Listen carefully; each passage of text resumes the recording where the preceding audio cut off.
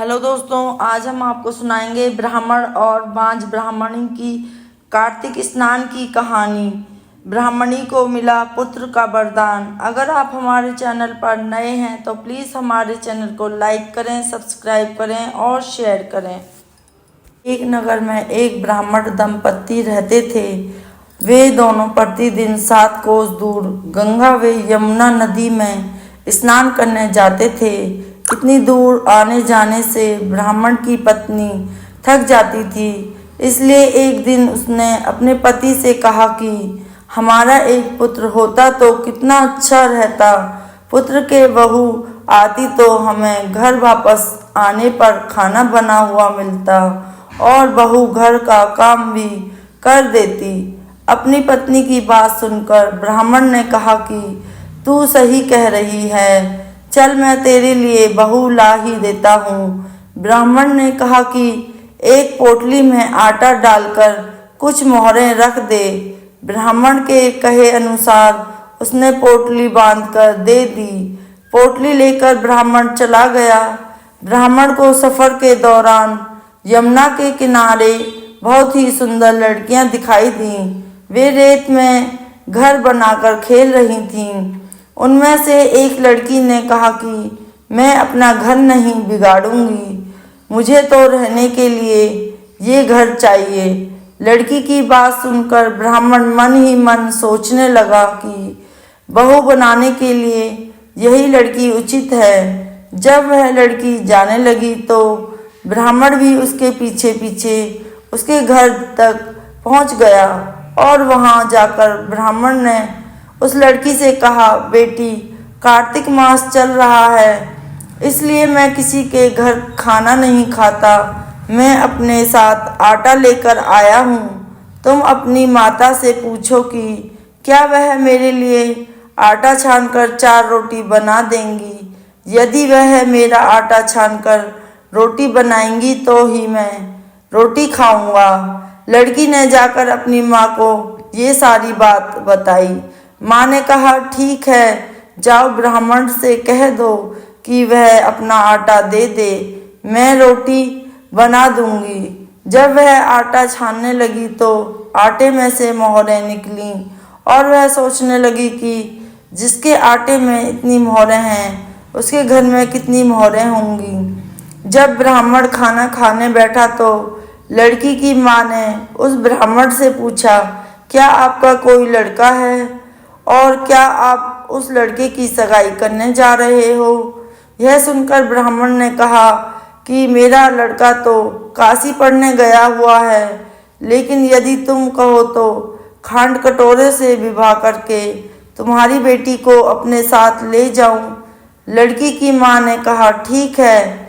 इस पर लड़की की माँ ने लड़की की खांड कटोरे से शादी करके उसे ब्राह्मण के साथ भेज दिया।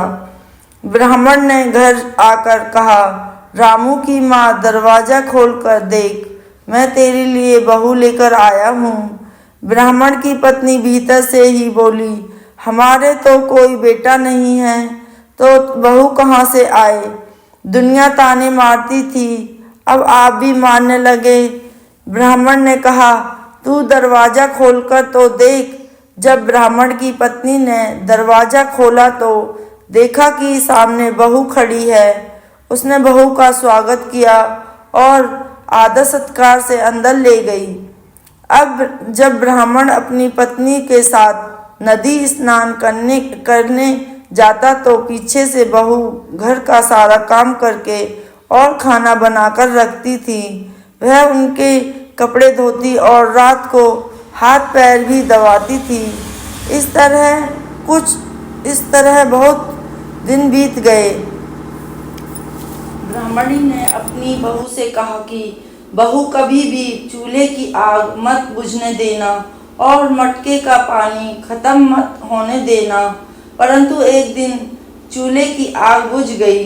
यह देखकर बहू घबरा गई और भागी भागी अपनी पड़ोसन के पास गई और कहा कि मेरे चूल्हे की आग बुझ गई है, मुझे थोड़ी आग चाहिए। मेरे सास ससुर सुबह स्नान करने हुए हैं, वह थके हुए घर आएंगे। इसलिए मुझे उनके लिए खाना बनाना है। यह सुनकर पड़ोसन ने कहा कि तू तो बावली है, तुझे यह दोनों मिलकर पागल बना रहे हैं। इनके कोई पुत्र नहीं है और ये निसंतान हैं। बहू ने कहा, नहीं, ऐसा मत बोलो, इनका बेटा तो बनारस काशी में पढ़ने गया हुआ है। इस पर पड़ोसन ने कहा कि यह तुझे झूठ बोल रहे कर लाए हैं, मेरी बात सच मान, इनके कोई बेटा नहीं है। अब बहू पड़ोसन की बातों में आ गई और कहने लगी कि अब आप ही बताओ मैं क्या करूं। पड़ोसन ने कहा कि करना क्या है, जब तुम्हारे सास ससुर आए तो जली हुई रोटियां बनाकर देना और बिना नमक की दाल बनाकर देना, खीर की कड़छी दाल में और दाल की कड़छी खीर में डाल देना। पड़ोसन ने उसे अच्छे से सिखा पढ़ा दिया और फिर जब उसके सास ससुर घर आए तो उसने न तो उनका आदर सत्कार किया न ही उनके कपड़े धोए। जब उसने सास ससुर को खाना दिया तो सास बोली, बहू आज यह रोटी जली हुई क्यों है और दाल भी अच्छी नहीं है। तब बहू ने पलटकर कहा कि एक दिन ऐसा खाना खा लोगे तो कुछ बिगड़ नहीं जाएगा तुम्हारा। सास ससुर को खरी खोटी सुनाकर वह फिर से पड़ोसन के पास गई और बोली कि अब आगे क्या करना है। पड़ोसन ने कहा कि अब तुम सातों कोठों की चाबी मांग लेना। अगले दिन जब भी स्नान करने के लिए जाने लगे तो बहू अड़ गई कि मुझे तो सातों कोठों की चाबी चाहिए। तब ससुर ने कहा कि इसे चाबी दे दो और सास ने बहू को चाबी दे दी। सास ससुर ने के जाने के बाद जब बहू ने दरवाजे खोले तो देखा कि किसी में अन्न भरा है, किसी में धन भरा है और किसी कोठे में बर्तन पड़े हैं। जब उसने सबसे ऊपर का सातवां कोठा खोला तो देखा कि शिवजी, पार्वती माता, गणेश जी, लक्ष्मी माता, पीपल पथवारी, कार्तिक के ठाकुर, राई दामोदर, तुलसी जी का बिड़वा, गंगा यमुना और 33 करोड़ देवी देवता विराजमान हैं। वहीं पर एक लड़का चंदन की चौकी पर बैठा माला जप रहा है। यह सब देख उसने लड़के से पूछा कि तुम कौन हो? तब लड़का बोला कि मैं तेरा पति हूँ, अभी दरवाजा बंद कर दे, जब मेरे माता पिता आएंगे तब दरवाजा खोलना। यह सब देखकर बहू बहुत खुश हुई और 16 श्रृंगार कर सुंदर वस्त्र पहनकर अपने सास ससुर का इंतजार करने लगी। उसने अपने सास ससुर के लिए अच्छे अच्छे पकवान बनाए। जब उसके सास ससुर घर पर आए तो उसने उनका आदर सत्कार किया और प्रेम पूर्वक खाना खिलाया और हाथ पैर दबाने लगी। पैर दबाते दबाते बहू ने कहा कि माँ, आप इतनी दूर गंगा यमुना स्नान करने के लिए जाती हो तो आप थक जाती हो, इसलिए आप घर पर ही स्नान क्यों नहीं करती हो।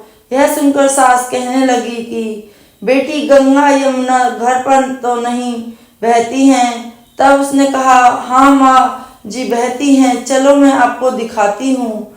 जब बहू ने सातवां कोठा खोलकर दिखाया तो उसमें शिव जी, पार्वती जी, गणेश जी, लक्ष्मी जी, पीपल पथवारी, कार्तिक के ठाकुर, राई दामोदर, तुलसी जी का बिड़वा, गंगा यमुना बह रही हैं और 33 करोड़ देवी देवता विराजमान हैं। वहीं चौकी पर बैठा एक लड़का माला जप रहा है।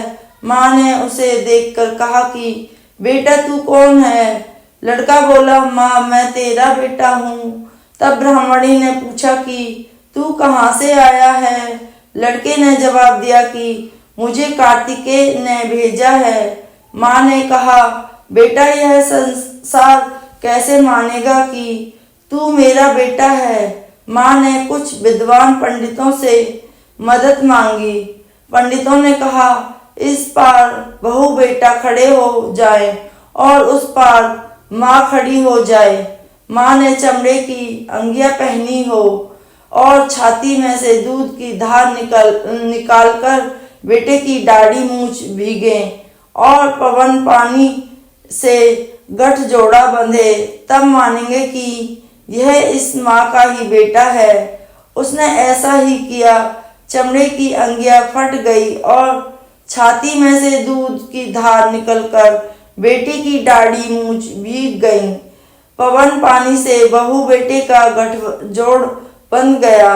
यह सब देखकर ब्राह्मण और उसकी पत्नी की खुशी का ठिकाना न रहा। जैसे ब्राह्मण और ब्राह्मणी को बेटा बहू दिया, वैसे सबको देना कहते हैं।